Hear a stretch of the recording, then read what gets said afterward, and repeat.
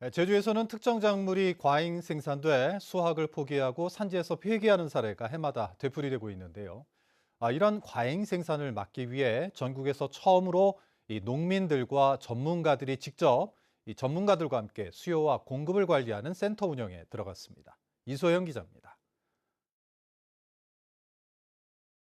월동채소 주산지인 제주도. 올해 월동무 농사가 풍작을 이뤘지만 가격 하락세를 면치 못하면서 또다시 밭을 갈아엎었습니다. 자율 폐기에 참여한 농가는 143곳, 축구장 250개 규모인 185헥타르에 달합니다. 과잉 생산에 소비 위축까지 겹치면서 매년 산지 폐기가 되풀이되고 있습니다. 그 물량을 싸게라도 공급해서 소비할 수 있는 곳이 있다라고 하면 그곳을 찾을 텐데 절대 그럴 곳이 없거든요. 그래서 그렇게 물량이 많이 남으니까 현지에서 산지 폐기할 수밖에 없었습니다.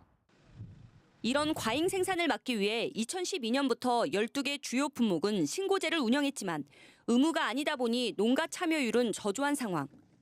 드론 예측 조사도 정확도가 떨어져 대안으로 자리 잡지 못했습니다. 결국 지난해 7월 농민들이 직접 수요와 공급을 관리하는 수국관리연합회를 만들었습니다. 지난해 감귤과 당근에 이어 올해부터는 월동무와 양배추를 수급안정 추진의 시범 사업으로 하고 브로콜리와 양파, 마늘 등 7개 품목으로 확대합니다.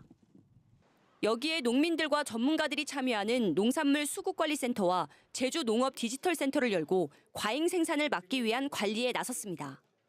생산자 중심의 지속 가능한 농업을 위해 제주가 전국에서 최초로 농산물 수급관리와 농업 디지털센터를 운영합니다.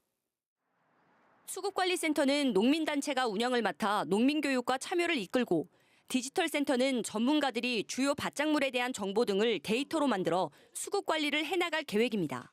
과학 영농에 기반한 데이터에 기반해서 운영되게 될 것입니다. 그런 과정들이 거쳐지게 되면 제주 농산물의 소득 수준을 좀 더 높여줄 수 있는 계기가 마련될 것으로 보입니다. 하지만 농가의 참여가 관건입니다. 품목마다 참여율이 다른 데다 유통체계에 대한 전문성이 떨어지고 기후온난화로 월동작물의 재배 지역이 확대돼 효율성에 대한 우려도 나옵니다. 전남 무안에서 무가 상당히 재배를 많이 하거든요. 제주도가 없어도 소비에도 충분히 되잖아요. 월동 채소 같은 경우는 충청 풍토까지 올라갔단 말이에요. 수출을 하든지 6차 산업으로 가든지 또 밑바탕이 돼야 수급 조정이 된다는 말씀이죠.